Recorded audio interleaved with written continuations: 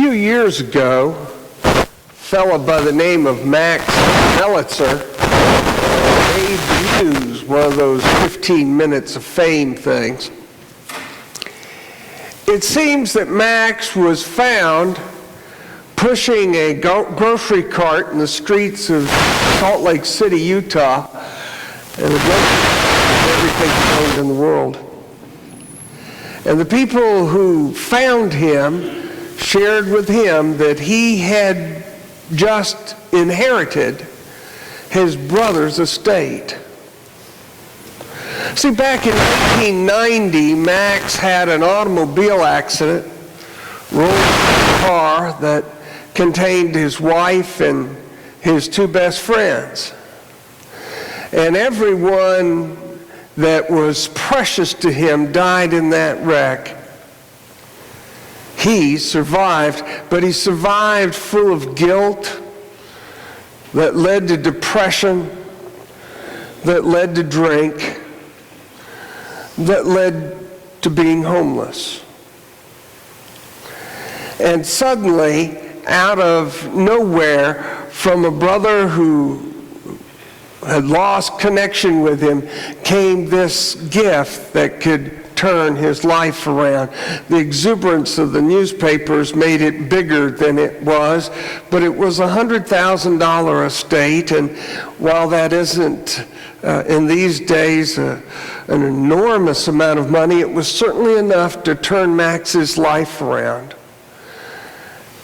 And it did, because he appreciated the one who had given him the gift.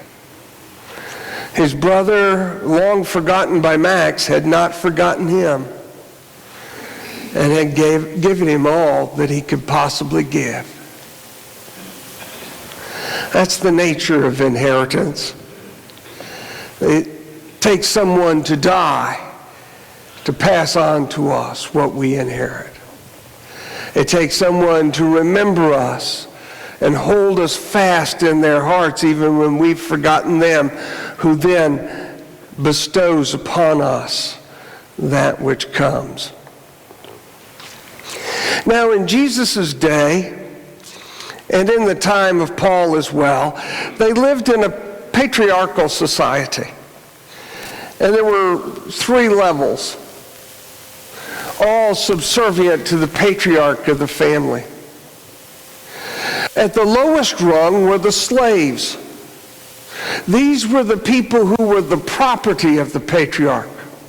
These were people whose only function was to do what they were told and perform the services required. They had no hope. Their lives would never change. They were always the same. They were always slaves, and they would always be slaves. And then there were children.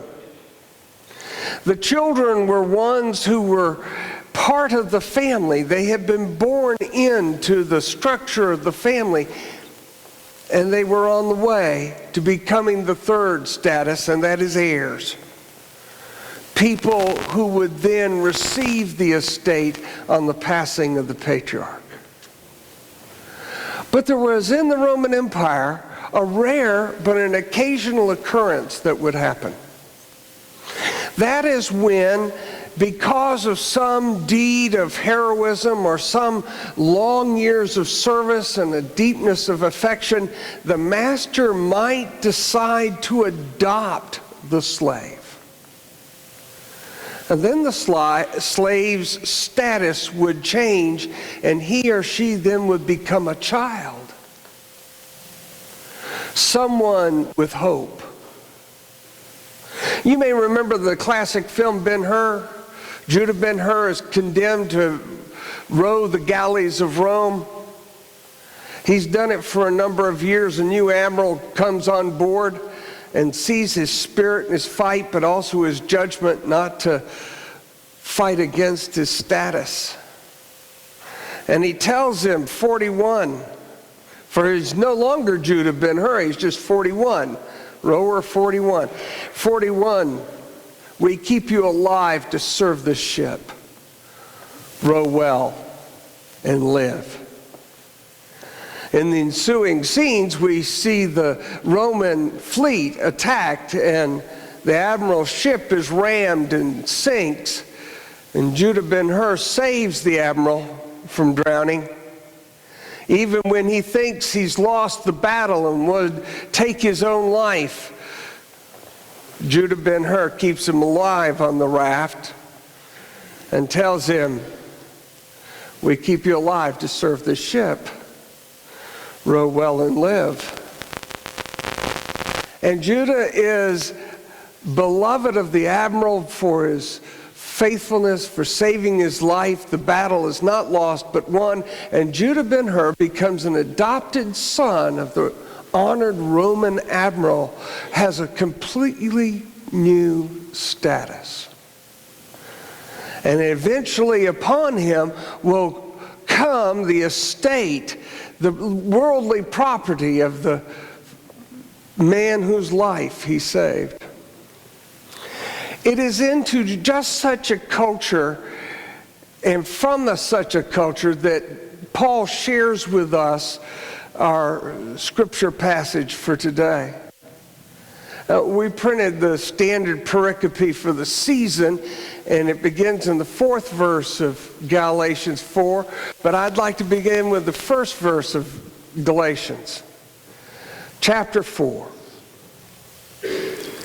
My point is this: heirs, as long as they are minors, are no better than slaves, though they are the owners of all the property, but they remain under guardians and trustees until the date set by the Father. So with us. While we